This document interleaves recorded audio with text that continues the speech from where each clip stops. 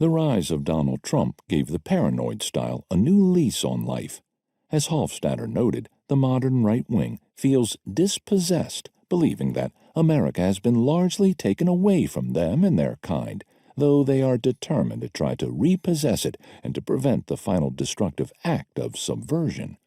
For them, that final destructive act is the byproduct of a powerful clique, often located deep inside the federal government, that is determined to thwart the majority. Those who subscribe to this paranoid style see themselves as victims of dark, sinister forces, and the resultant battle is its own Armageddon of good versus evil. In 2016, Richard Anton likened the Donald Trump-Hillary Clinton contest to the doomed Flight 93 that crashed in Pennsylvania on September 11, 2001. Anton envisioned a Clinton presidency as ensuring a political Armageddon, whereas with Trump, voters should take their chances. 2016 is the Flight 93 election. Charge the cockpit or you die. You may die anyway. You, or the leader of your party, may make it into the cockpit and not know how to fly or land the plane. There are no guarantees, except one. If you don't try, death is certain. Donald Trump capitalized on this view, telling his followers they were victims of powerful forces that had taken away their jobs and were conspiring to change the country's contours by giving open access to minority groups who would soon become the new American majority.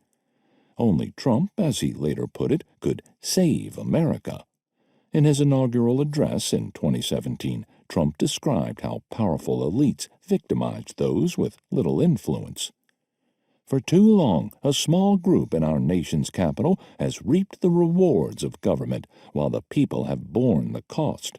Washington flourished, but the people did not share its wealth. Politicians prospered, but the jobs left and the factories closed. The establishment protected itself, but not the citizens of our country. Their victories have not been your victories.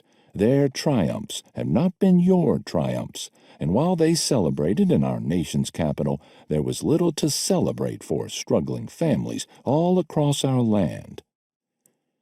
Notwithstanding Trump's denunciation of the establishment, 55% of Trump voters in 2020 continued to believe that, regardless of who is officially in charge of the government and other organizations, there is a single group of people who secretly control events and rule the world together.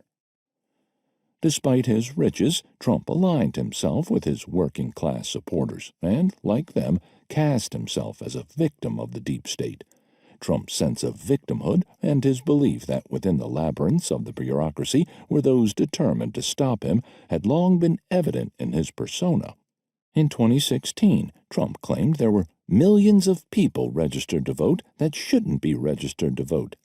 Even as he was on the verge of winning, Trump asserted that the election was about to be stolen.